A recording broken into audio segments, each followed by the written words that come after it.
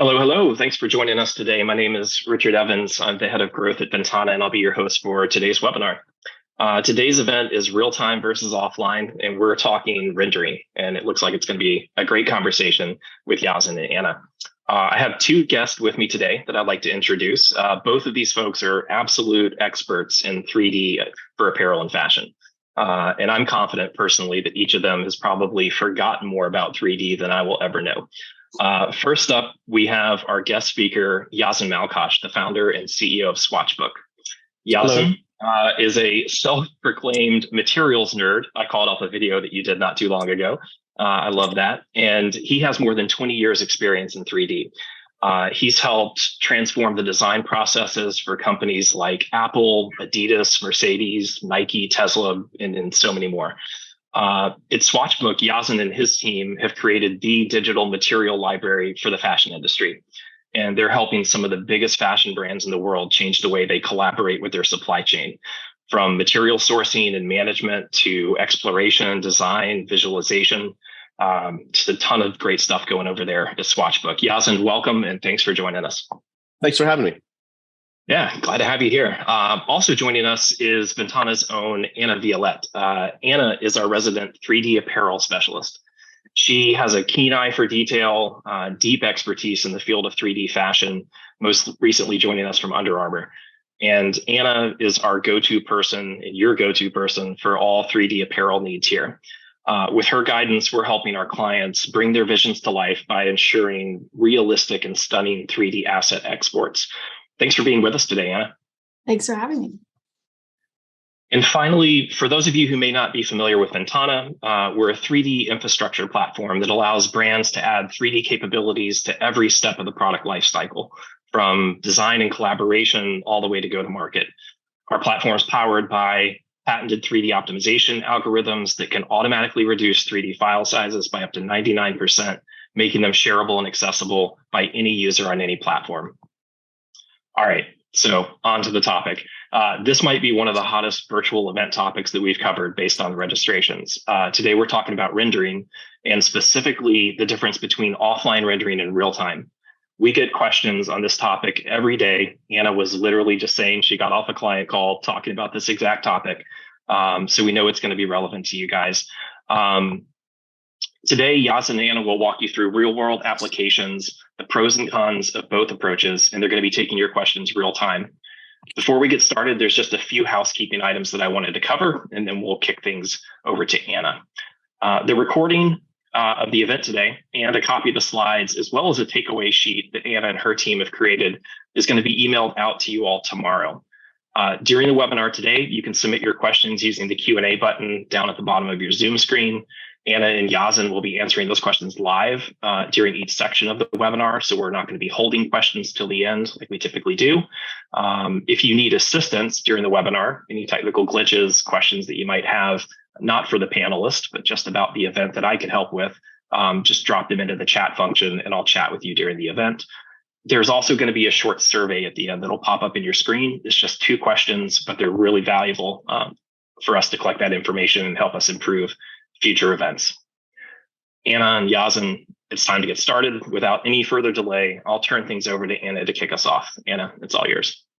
Thank you, Richard. All right, so I'm just going to go over our agenda for today. Yazan and I are going to spend a lot of time just discussing offline versus real time. But before we go into that, we want to define what is real time, what is offline. After we go into our own Q&A, we're going to open it up to you all. Any questions you have, we'll try and give our best answers. All right, so real time, what is it? Real time, it's interactive. It creates immersive experiences. It generally involves generating 30 to 60 images per second to create seamless and responsive experiences for the user.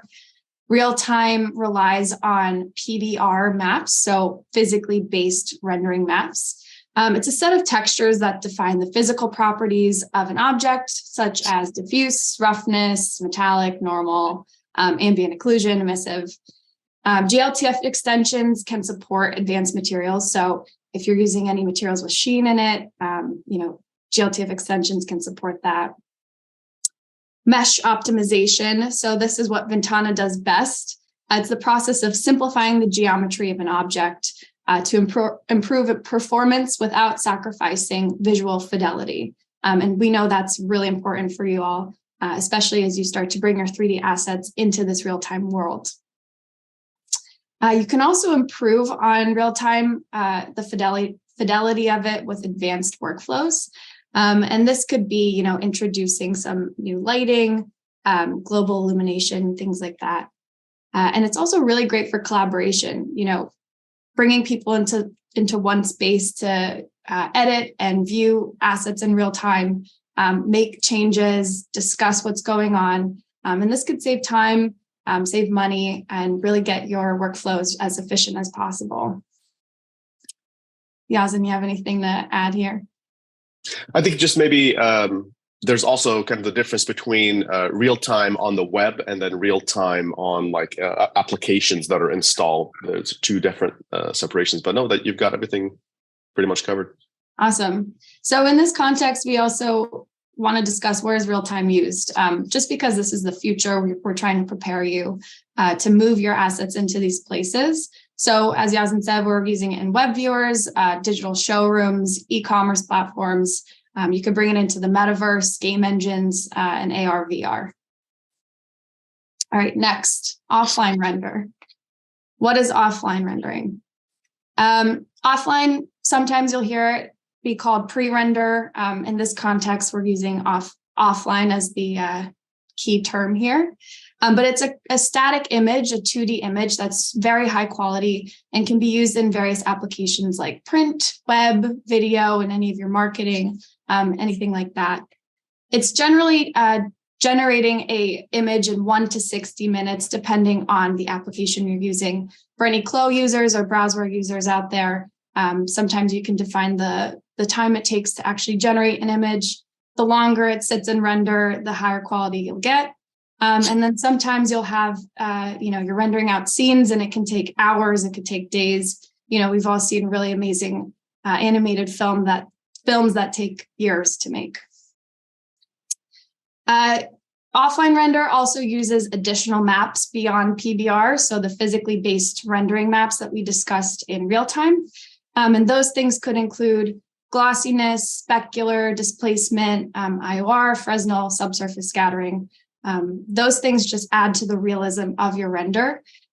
And it also supports things like fur and Sherpa. So some of you, if you're apparel clients out there, know that you're having difficulty getting fur and Sherpa looking good in real time.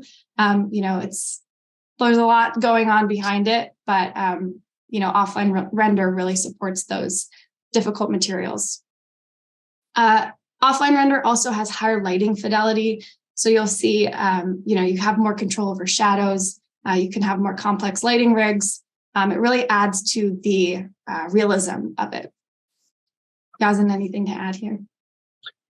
Nope, that covers it pretty well. Cool. I was really expecting it. I was expecting a Richard to do the Street Fighter 2 fight. That's right. Oh, that would have been fantastic. We should have done that.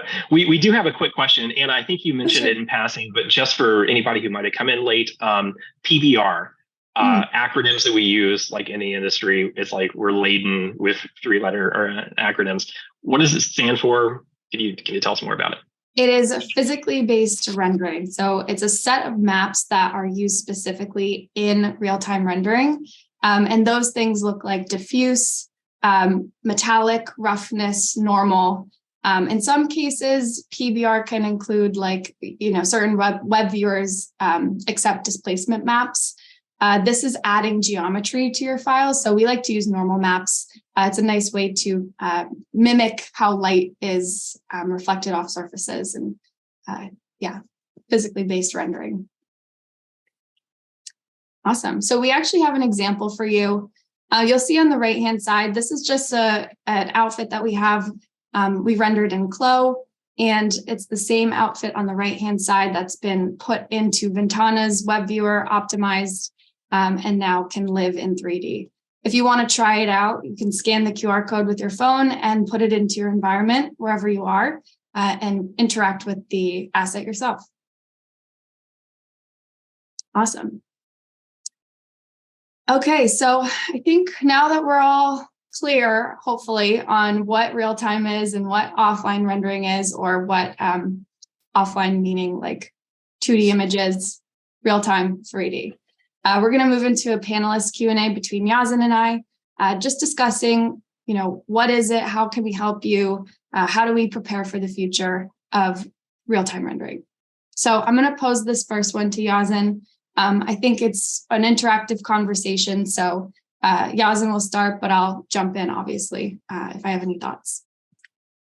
So Yazan, what do you see as the benefits of offline and real-time rendering for your clients?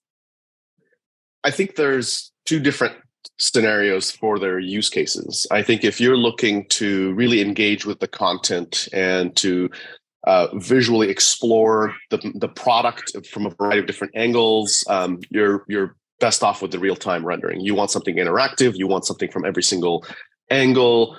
You would want something to be put into augmented reality on your phone or headsets. That's where you want the real-time aspect. It works really well when you're trying to, again, maybe get a better understanding of what that product looks like. Now, let's say you've gotten that from the real-time viewer, and most 3D designers now using Clo or VStitcher or other tools, they're working in that real-time environment to begin with. It's not like that, it's very difficult for them to go work in an offline mode. That would be nuts. Oh well, actually, they've been doing that for hundreds of years, so that they might be okay. But for the offline mode, once you've seen that product, and now you want to, most of these brands and designers out there, they're creating multiple pieces, and they're probably the same thing. Now they just need them in different colorways and material ways and things like that. Yes, you probably could have it also in real time, but if you wanted to put that into a catalog for merchandising or selling or a marketing shot, you would just take that offline and have them all rendered.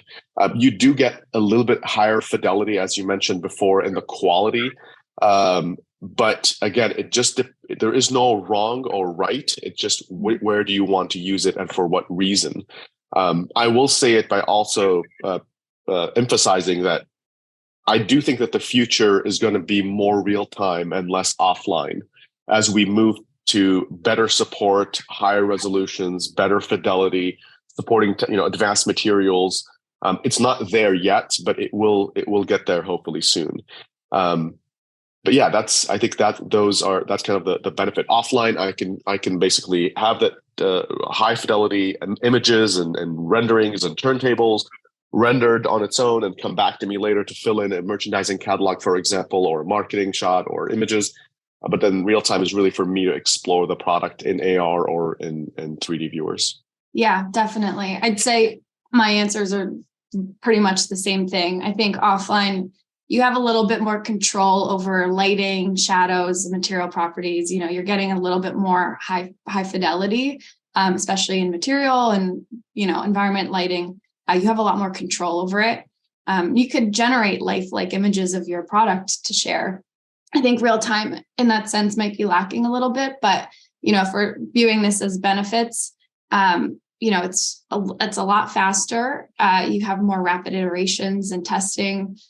You're not waiting for a render to show up only to say, oh, that shadow is not looking great.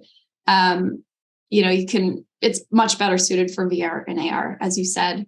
And I also think you get a better sense of scale and proportion because you have that opportunity to put it into your environment and like interact with it in that way.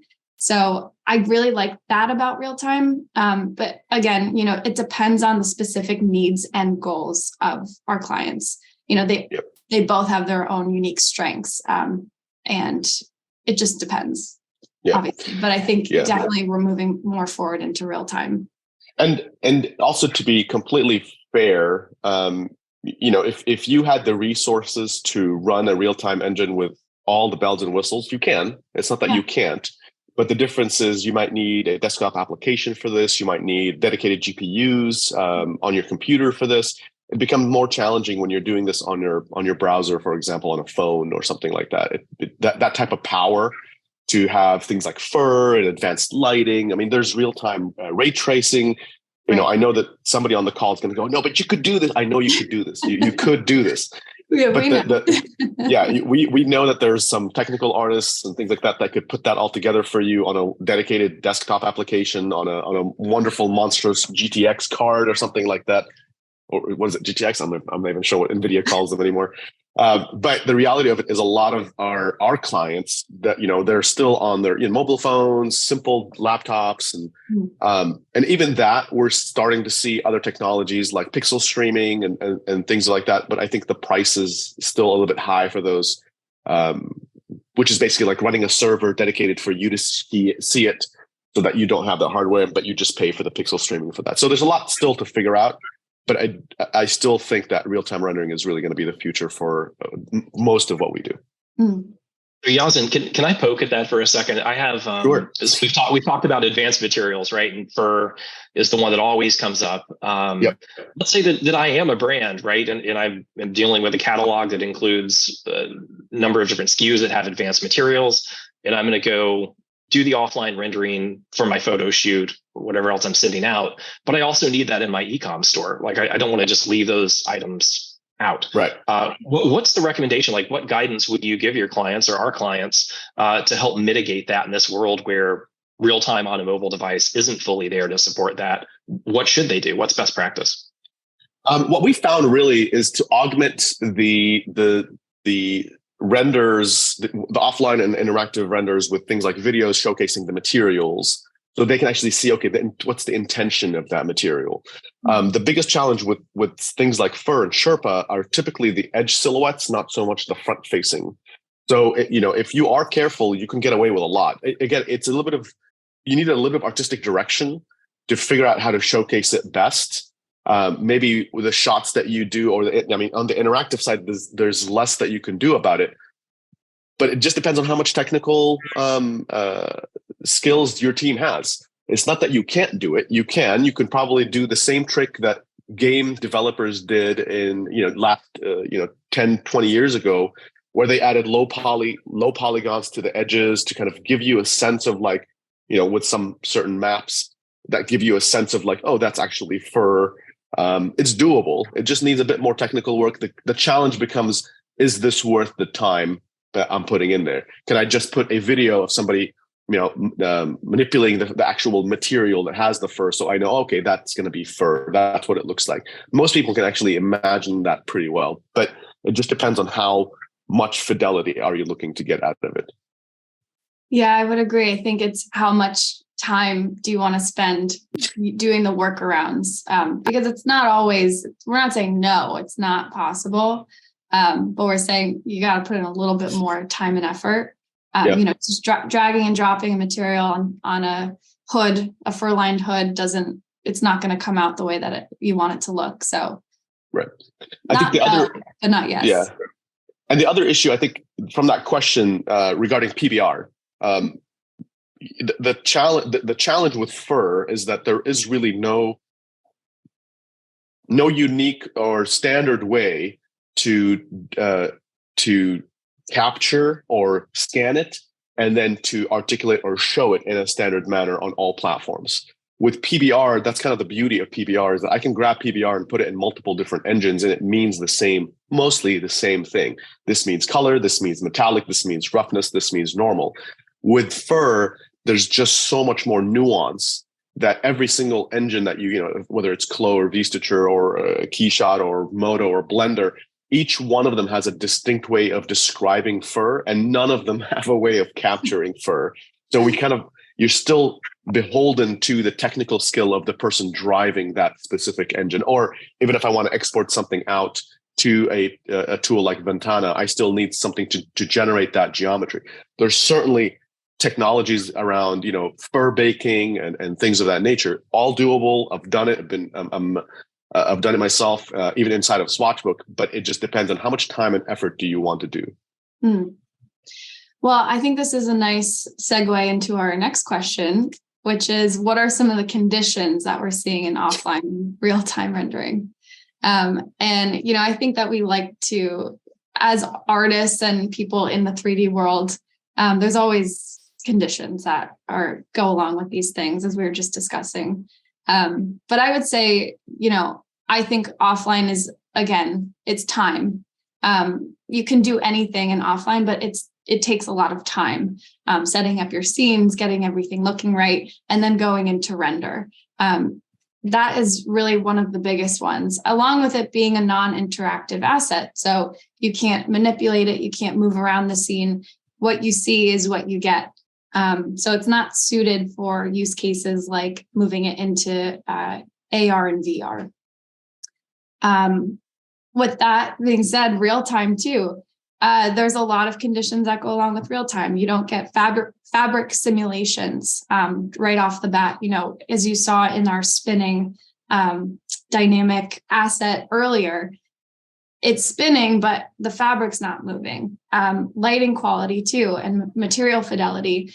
You're sacrificing some things for it to be used in this 3D world, this real-time world. You're sacrificing, visual fidelity in favor of speed. That's a really big thing. And then also we mentioned before, GLTF extensions are not always supported on the softwares that you're using. So, you might use an asset that has a sheen in it, but you're not always going to see it because it doesn't export with your asset.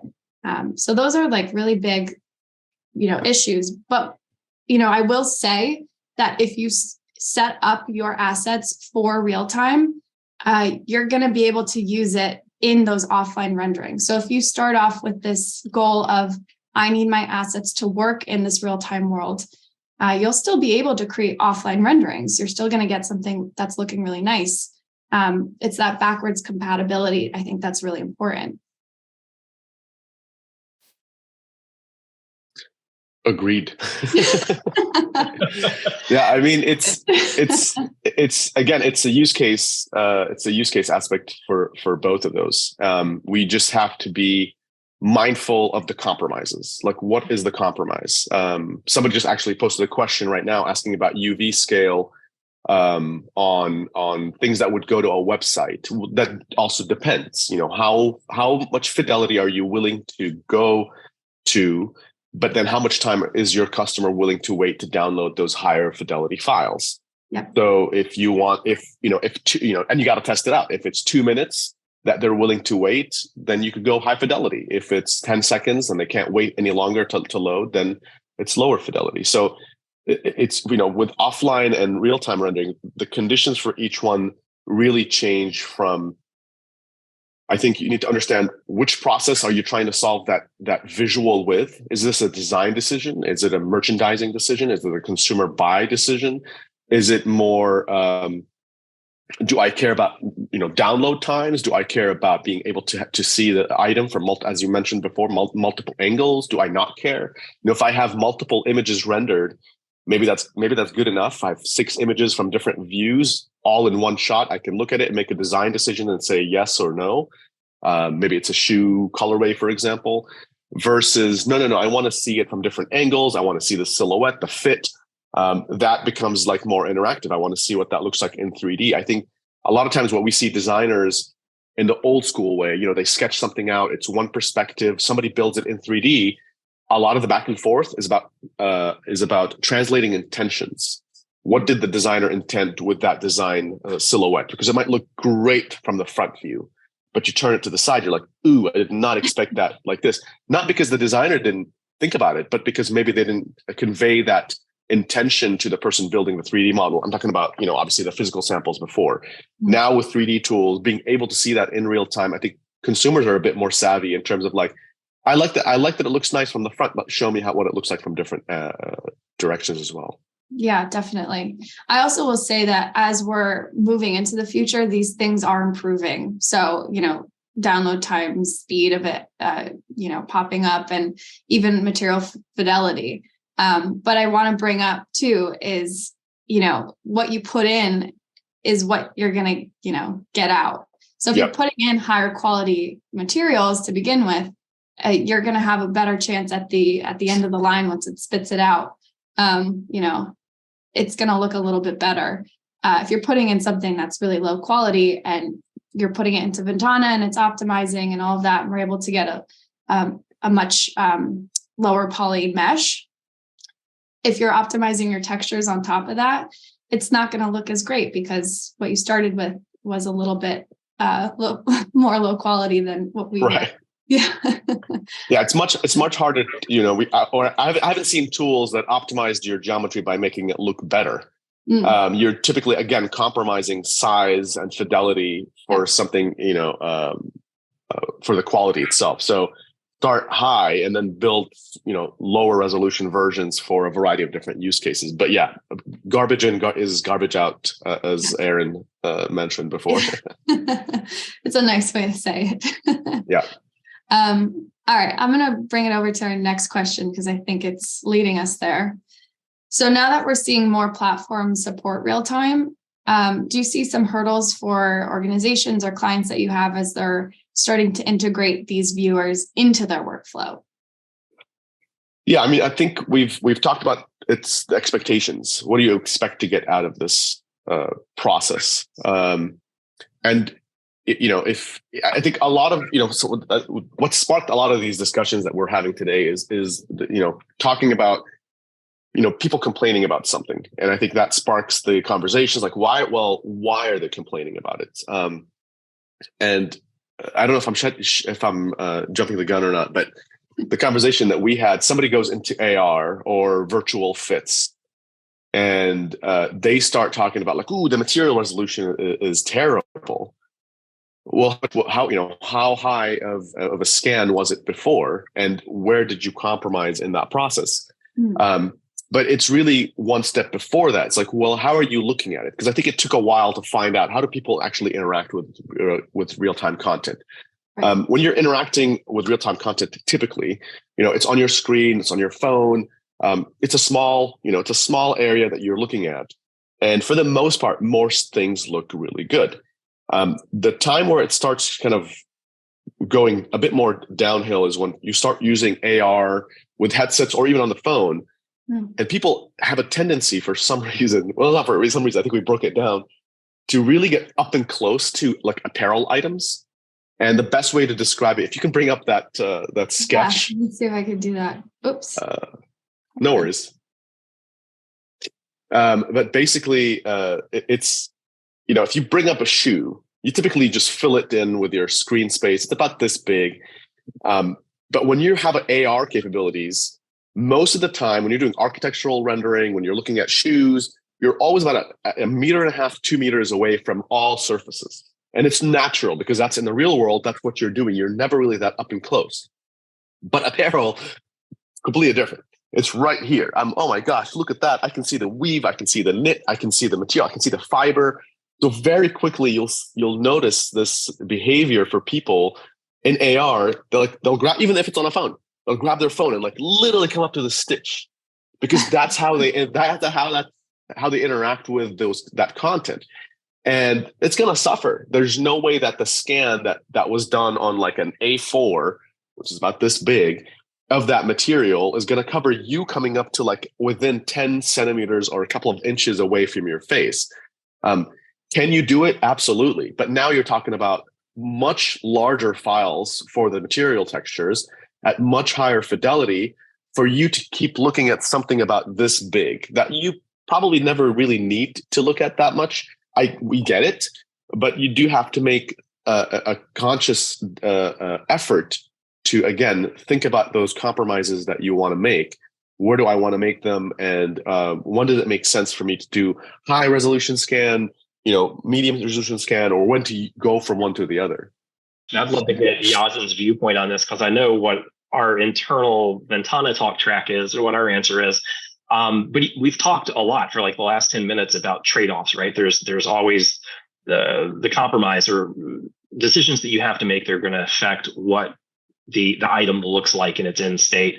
And we've heard from clients about this issue of quality, where the conversation tends to lean towards, well, I'm just going to wait. I'm going to wait until the technology matures. I'm going to wait until my original scans, the quality of that improves, because I need it to be photorealistic. I need it to be pixel perfect. And like I said, I know what our answer is, which is getting to market faster with something that isn't 100% pixel perfect creates more advantage than waiting. But I'm really curious in the material space, Yazan, like what conversations are you having with your clients, and what's your direction on that conversation of should I wait for these things to mature, or is speed to market more important? I mean, certainly that's always a question that's coming up where some sort of compromise is being brought up. Like, if I'm going to compromise, I'll just wait. I don't think waiting is really ever the right answer for a couple of reasons. One is you as a customer who's not very technical in the world of 3D, if you don't go through these right now, you're just not learning about the process. And you may not care about it. It may not be kind of what you were trained for, but things are just getting more and more technical as we move forward, whether it's 3D or AR or AI or whatever, acronyms that we want to put in there. It's becoming more technical. You want to know what's happening so that you make the right decisions. You need, it doesn't mean that every single person at an organization needs to learn every single technical thing, but you need your high-level people to understand those challenges. I think additionally, by moving along with the industry, you're able to push them further. If you didn't know what those issues are and how they affect your business, then you can't tell us like, oh, I care about this. Well, why do you care about this? Oh, because I have like 50,000 materials that have that effect and I need that solved. That's very different than us not knowing what you need.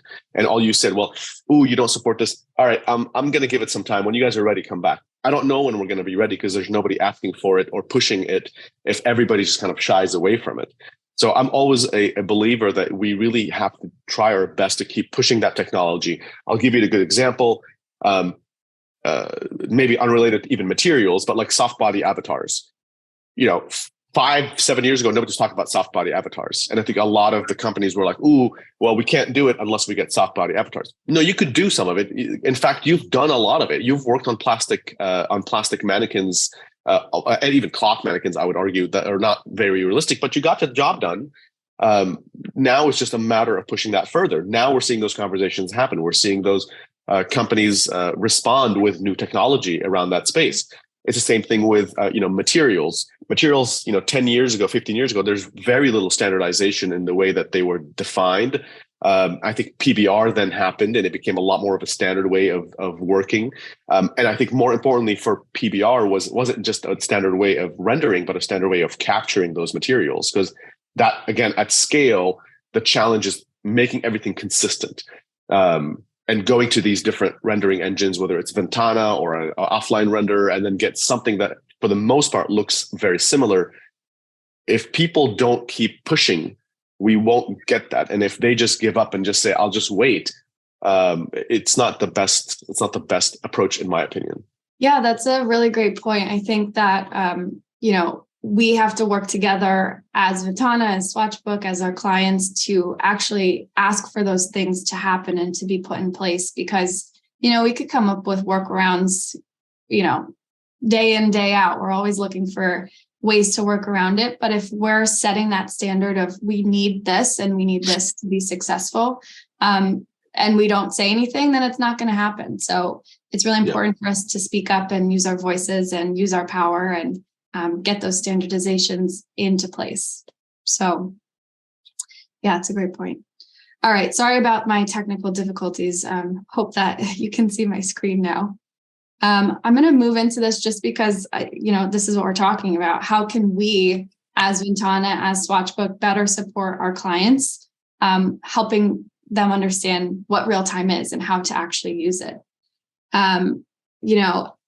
I think it's really about understanding our clients' expectations, their goals, the process, what their workflow looks like, and how we can help them make it faster, make it better, make it more prepared for that. Because real time is here and it's coming and it's been here. And if you're not on the train, then you're already behind. So we got to prepare you to get there. And that the only way to do that is to understand how you're going to use it and also show you the ways to use it. Educating you on how to shift that goalpost, to be flexible, to prepare yourself now for those changes, asking for higher fidelity models, higher fidelity materials, things like that. And then also speaking to us about where you're seeing your challenges and allowing us into those conversations to, help you get there and take a look at your process and, figure out ways to make it better. And I think, go ahead. Sorry. No, go ahead. I was going to say, I think a step one for a lot of people is to go through the entire process, grab a very high fidelity, best quality 3D asset that they can generate in their organization today, and walk it through, take it to the offline render, take it to real-time render, understand where are the points that they need visual feedback to make decisions, and plug those in there and see which ones make more sense. And I think walking through that once will give you the opportunity to understand, I actually don't care about having interactive aspects right here, but I do care about it here where my consumer is working with this. My fidelity of my models aren't good enough for this specific aspect. Maybe I need to increase fidelity in my pipeline, and I need another way to then optimize this. But I think most clients still don't have that process mapped out in terms of how to go from our actual asset I'm working on all the way to the final asset that's going to be reviewed or viewed by my clients or by my peers.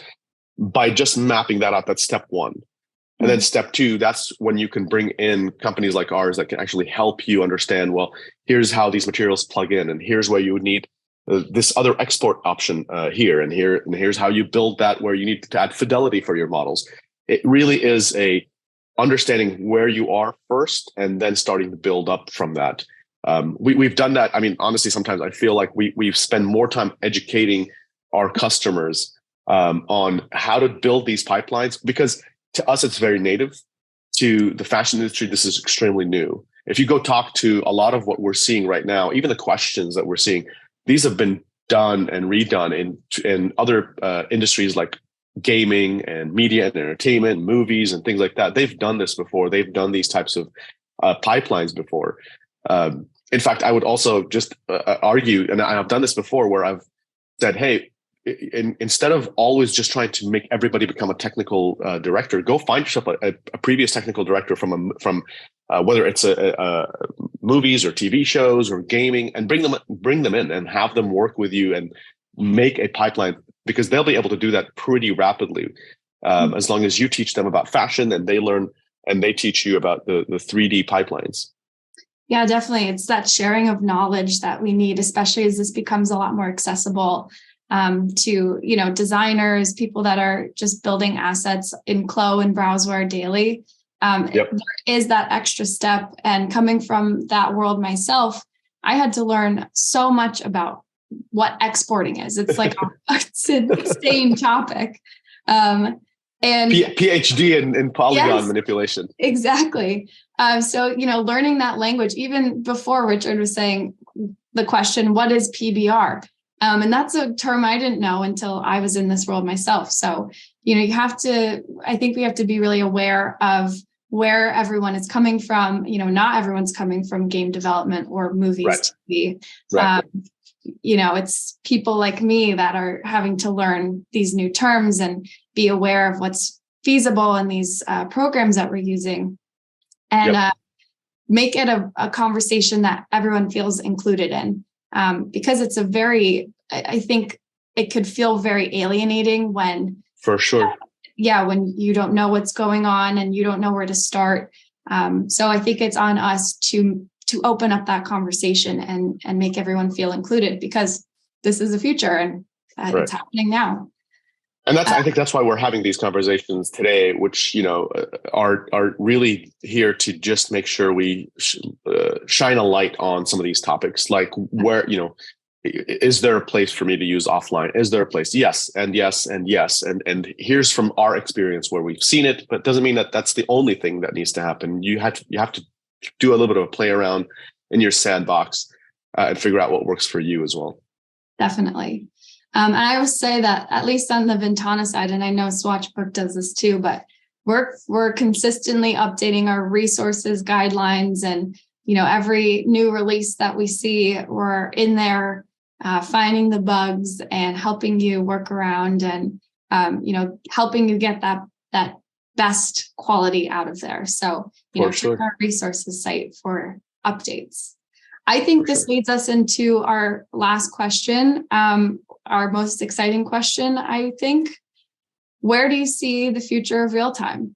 Where's it going?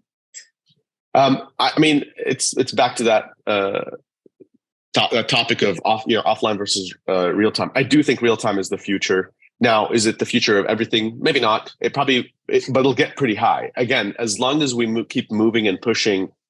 The difference is, I wouldn't imagine people in the real world wanting like offline mode. I think you want real time all the time, right? Yeah. So that's where I think the industry is going to be, keep on pushing. We even see, some companies that are in the offline space, let's say like an Otoy, pushing Octane to new technologies on the real time mode, like Brigade and other stuff, and VNTANA is going to continually push their viewports to be better and better, and hopefully that'll become a place where you just see all of the content from any angle, at any fidelity. And there's a lot of things that still need to be implemented, a lot of standards that need to be implemented, a lot of processes. There's a lot to learn from the gaming industry, whether it's like level of detail, in production, applied to fashion and some other things. But I do think that's going to become the future. It'll depend on how fast we implement it and how hard people are pushing for it. But I can't see it the opposite way, especially with everybody kind of moving to the direction of virtual try-on, interactive garments. That's going to require all real-time type of calculations and manipulations, and we're just going to have to make the materials better, lighting better, more ray trace functionalities, more real-time simulations, and that's going to become the norm, if you will.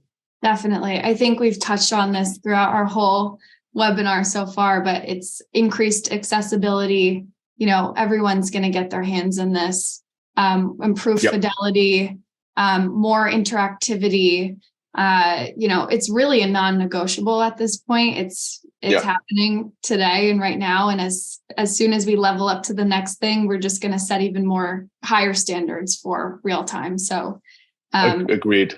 Yeah. I think what people also maybe don't realize that if we can get the real time quality up to a certain level, you can extract the offline stuff out of it. They're doing this today with, if you watch shows like The Mandalorian and some others, where they're using real time, environments and granted, today they're probably using it for the background, but it's convincing enough that you don't need to go and render that out again. It's done. But I do think that's going to be coming. The question is going to become, and I see Yuri has a question in there talking about, if real time can be reliable enough for e-com, it will depend on whether or not the viewports are going to be optimized enough to support that type of realism, or are we going to be doing pixel streaming? And I don't know the answer to that, but I do know that a lot of telecommunication companies are going to be super excited about pixel streaming, because that's, you're using up so much bandwidth. They're going to charge for that. It's still pretty expensive, but we're starting to see that push in many places like Asia today. When we come back from our trips, it's really fascinating to see what they're doing there, which is odd because I don't see as much of it in the US. I see a couple of companies doing it, but being able to see, volumetric based scans of videos and be able to just pixel stream all that. They're solving some challenges with this kind of pixel streaming. I don't know which one's going to win, whether or not I'm going to have to load everything in high fidelity or find a way to load things and then add fidelity versus just pixel stream something that's running on a server. I do think it's going to happen. I just don't know which one is going to win out. And maybe they have to both live there for a while until we see what goes on. That's definitely possible and probably will happen. Yeah. Did we want to do the questions? Yeah, I think we can let's do a couple more. Yep. Yeah, no, absolutely. So there's a couple in there. Did you want to, one in particular you wanted to pick out, Yazan? You have your eye on something? Um, the first one is their recommendation to use realistic avatar versus plastic avatars as mannequins. I don't know if the question is towards when designing or when showcasing to the final end consumer. But I would say if you're designing, there's kind of everything is plastic right now. Even the realistic avatars, they're still plastic, meaning that they're hard surface. We have seen more companies start utilizing people's scanned meshes to get a better understanding of what something looks like. But at the end of the day, when you simulate your fabric, you're still getting tension based on a hard surface, not a soft surface. Most, especially with athleisure or intimates, those types of products shape the body as much as the body shapes them. So it's a bit more difficult to understand, what the intent of that question is. But if the intent is afterwards is, no, this is the way I'm going to show it in real time to my customer, that just depends on you. Do you want to showcase? I mean, it's a stylistic approach. Do you want to showcase it on a realistic avatar, on a plastic mannequin? But it's much more of a marketing or art direction question at that point. Yeah, I think if it is that, how do we drape? It is a mesh. You can get really organic shapes out of a scan from, a realistic body. But again, it's not pushing and pulling the way that our bodies elasticize and, things move around. So yeah, you're right in saying that. I think that is coming. But again, if it's post and how do you want to display? Again, it's a stylistic choice. It's what you prefer, what your brand needs. Yeah, you're right. We have one more question that's lingering out there. It's a good one probably to wrap up on. Yazan, Anna, from both of your perspectives, you're out there talking to clients and prospects every single day. The question is, I'm interpreting as, where's the market? So for apparel manufacturers, for brands, where are you seeing the demand today for creating these digital pipelines and 3D pipelines? And is that demand increasing? And if so, how much? Yeah, I would say definitely. I think that a lot of brands are sitting on 3D assets created for offline rendering. And especially at VNTANA, we're seeing brands ask, what do we do with these? We have all of these 3D assets. Where do we put them? How do we use them? Because right now it's just, we create 3D and we see it in 2D. So I would say, yes, it's the future. I think apparel can be slow in adopting it. But, we're seeing brands come in with a big library of assets and wondering, how do we get this out there? What's the next use case for this? So yeah, it's there. I think e-commerce is going to be really important. We're seeing it in digital showrooms, even just internally, collecting all of your assets and keeping it in one spot. Yeah, it's happening. It's reducing samples. It's moving your company towards a much greener looking future, just because everything's online now. That's my take. I don't know if Yazan, you agree. I agree with you as well. We're starting to see that, I think 5 years ago, 6 years ago when we first started, it was only the big boys, the Nikes, the Adidas, the Under Armours of the world that are, doing the 3D pipelines or putting that strategy in motion. Now you go to all these different conferences, material shows, and we're starting to see even medium-sized brands starting to pick up strategies around 3D product creation or virtual production or virtual sampling. And not only are they changing, but their entire pipeline is changing, meaning that even their vendors are changing, their material suppliers are changing, and everybody understands where the industry is going. Not everybody is there yet, but I do think that is accelerating much more rapidly than what we thought was going to happen. A lot of it had to do with COVID and what happened when we had lockdowns, and material shows got canceled, and people had problems getting materials physically due to shipping costs, shipping time. I don't think the industry wants to be caught with that fragility in the supply chain again. And that affects everybody from manufacturing all the way to the consumer. Definitely. I think also now that we're opening up this conversation, and we're seeing it in PI Apparel and different trade shows, and all of these brands coming together saying, okay, we all have this happening. What do we do now? I think that's where people like us, Yazan and I, step in and say, okay, well, we have tools for this. Yeah. All right. I think the last thing, Richard, if you don't have any more questions. No, all the questions are cleared. Thank you. Awesome.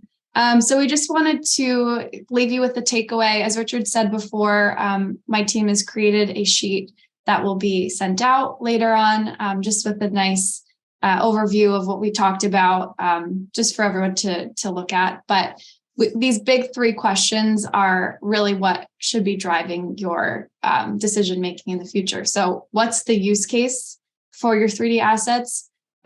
Is it real time or is it offline? And it has to be determined based on your use case. Yazan and I talked a lot about how much real time is happening and it's moving the future, but offline is not dead. It's still really important in our workflows.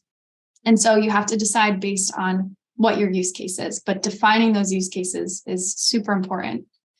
The next question, do you have a content library to support these use cases? So, do you have a materials library? Do you have 3D assets?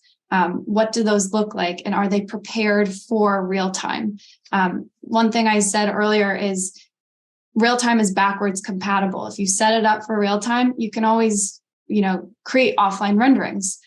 So having that discussion is really important internally. And then last thing, do you understand the requirements and limitations of each platform? So, if you're bringing your assets to VNTANA, do you know what we expect? If you're bringing your assets to Roblox or to Snapchat, anything like that, do you know what they're requiring from you? And do you know how to get your assets there? So if someone's requiring a 1K texture and you only have 4K, you need to, look back, get that 1K texture and, prepare yourself for those use cases. So I think that's a great point. I think most of these platforms do offer a requirements and specifications. And I think make sure that you handle, getting them all prepped and how much of these do you tick off? I do think that's a great point. Definitely. All right. That's the end of the webinar. Thank you guys for coming. I hope that you got something out of this. Reach out to us if you have any questions. And as Richard said before, he'll be passing out more information tomorrow. Awesome. Sounds great. Thank you both. Yazan, Anna, thanks for sharing the expertise. That was great. Thank you so much. Appreciate it. Take care, everybody. Bye-bye.